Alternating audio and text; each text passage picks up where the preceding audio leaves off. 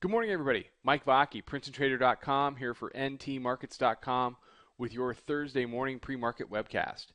Okay, daily chart of the ES here. I left this up. We talked about this a little bit yesterday, and I was talking about it last night on my subscriber webcast. We talked about this area in here, the double fib area and the area of the 50-day moving average as a target area on a pullback. Well, here we are. So essentially, after the middle band was confirmed as resistance, which we had spoken about earlier this week, the bears were able to follow through, which is pretty impressive because they really haven't been able to follow through at all in 2013 and convert that middle band and make it be resistance and push lower. Now, let me take this triangle away. Okay, so we took the fibs off, we took the triangle away. What I'm looking at now is the red line. That's the 50-day exponential moving average. You know, a number, a figure, an area that, you know, as we were going up here, you know, people start talking about, oh, you know, we're never going to see that again. You know, we're off to 1696 and 1725 and points beyond. And, you know, just remember this now while we're down on the lower band, okay? That when you're up on the upper band, at some point things get overdone and you come back to the lower band. Doesn't mean you can't ride the upper band for a while. You can trade in and out of that, and you should absolutely ride that trend. But don't get so enamored with one side or the other that, you know, by the time we get back down to the lower band, now you're thinking about getting involved. Now you're thinking about selling.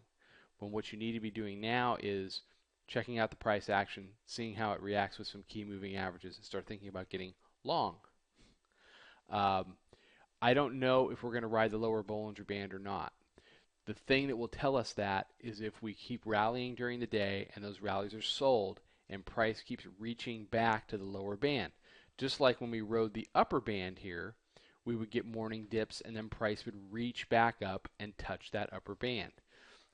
If we get rallies that are sold and price consistently reaches back to touch the upper band, then we'll be in a situation where we would be riding the lower band, and that would open up areas below us.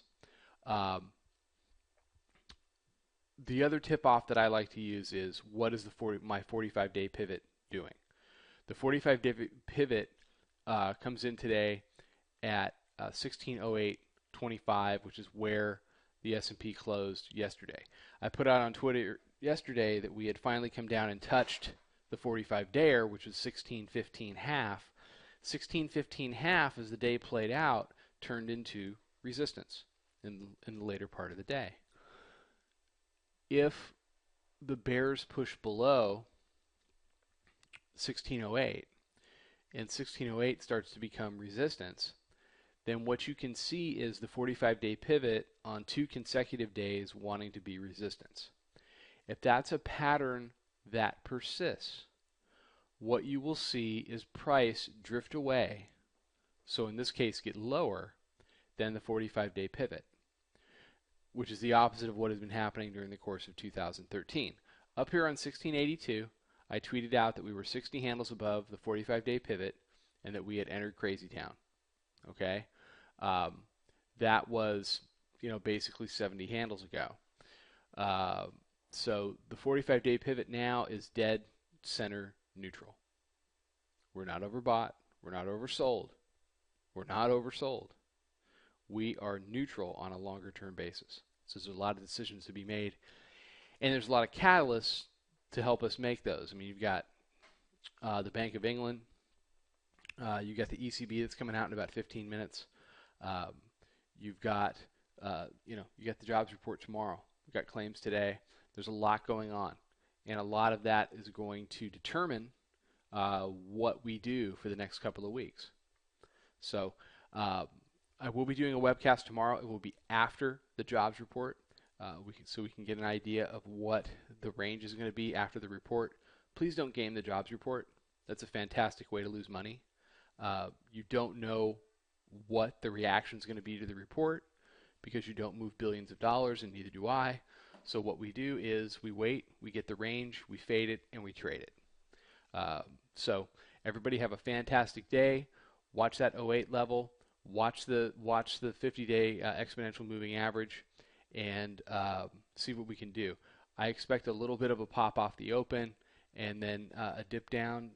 The key is whether in midday when we get that rise, whether that's sold or not. Okay, fantastic day. Mike Vacchi, PrincetonTrader.com. I'll be back tomorrow morning with another webcast. Trade 'em well, everybody.